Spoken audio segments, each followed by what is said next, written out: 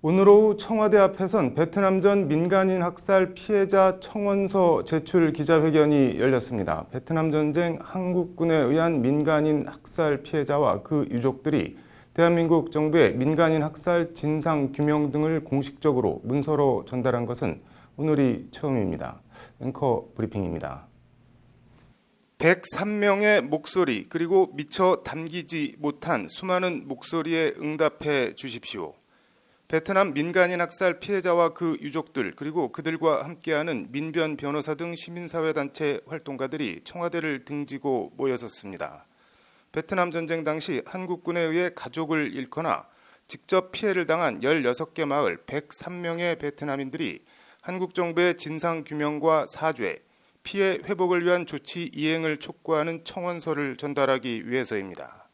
청원인은 베트남 전쟁 시기 한국군에 의한 민간인 학살 피해자 응우 옌티엔 외 102병, 피청원 기관은 대한민국 문재인 대통령입니다.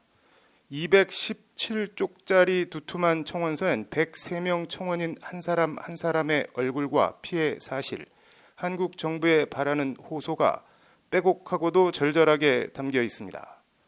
한국군은 학살 다음 날 마을에 다시 진입해 시신들을 불도저로 밀어버렸다. 나는 지금까지도 사망한 동생들의 시신을 온전히 수습하지 못하고 있다. 어머니는 나를 껴안고 몸을 웅크린 채 정신을 잃었는데 언니들은 내가 학살이 벌어지는 와중에도 울지 않아 목숨을 구했다고 했다.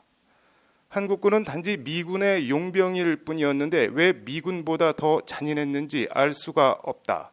가족의 죽음은 무엇으로도 보상할 수 없다. 헤아릴 수 없는 집과 논과 밭은 불태우고. 나의 마지막 염원은 학살로 억울하게 숨진 어머니와 가족들의 무덤을 정성스레 단장해 드리는 것이다. 103명의 사연 하나하나가 전부 절절하고 먹먹합니다. 한국은 베트남 전쟁 기간 32만 명 넘는 국군을 베트남에 파병했습니다. 전쟁 당사국인 미국에 이어 두 번째로 많은 파병입니다. 청원서는 말합니다. 우리는 아무런 무기도 들지 않고 아무런 저항도 하지 않았던 우리의 가족들이 한국군에 의해 살해되는 것을 목격하였고 한국군의 총과 수류탄을 피해 겨우 살아남았다. 우리는 피해자이면서 동시에 목격자이자 생존자다. 1975년 전쟁은 끝났지만 우리의 고통은 끝나지 않았다는 게 피해자들의 말입니다.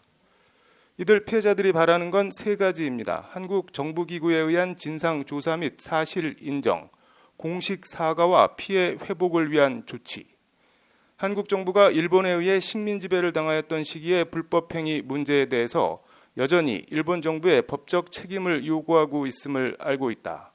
우리는 한국 정부의 그러한 일관된 원칙이 당연하게도 베트남 전쟁 민간인 학살 문제에서도 지켜져야 한다고 생각한다는 것이 한국 정부를 향한 이들의 말입니다.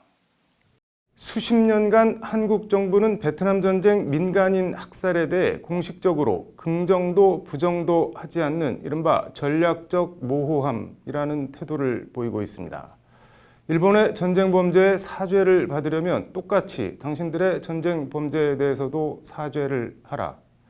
단 한 글자도 부정하거나 부인할 수 없어 보입니다. 청원법에 따라 한국 정부는 90일 이내에 청원에 대한 답변을 내놓아야 합니다. 문재인 대통령이 어떤 답변을 내놓을지 지켜보겠습니다. 앵커 브리핑이었습니다.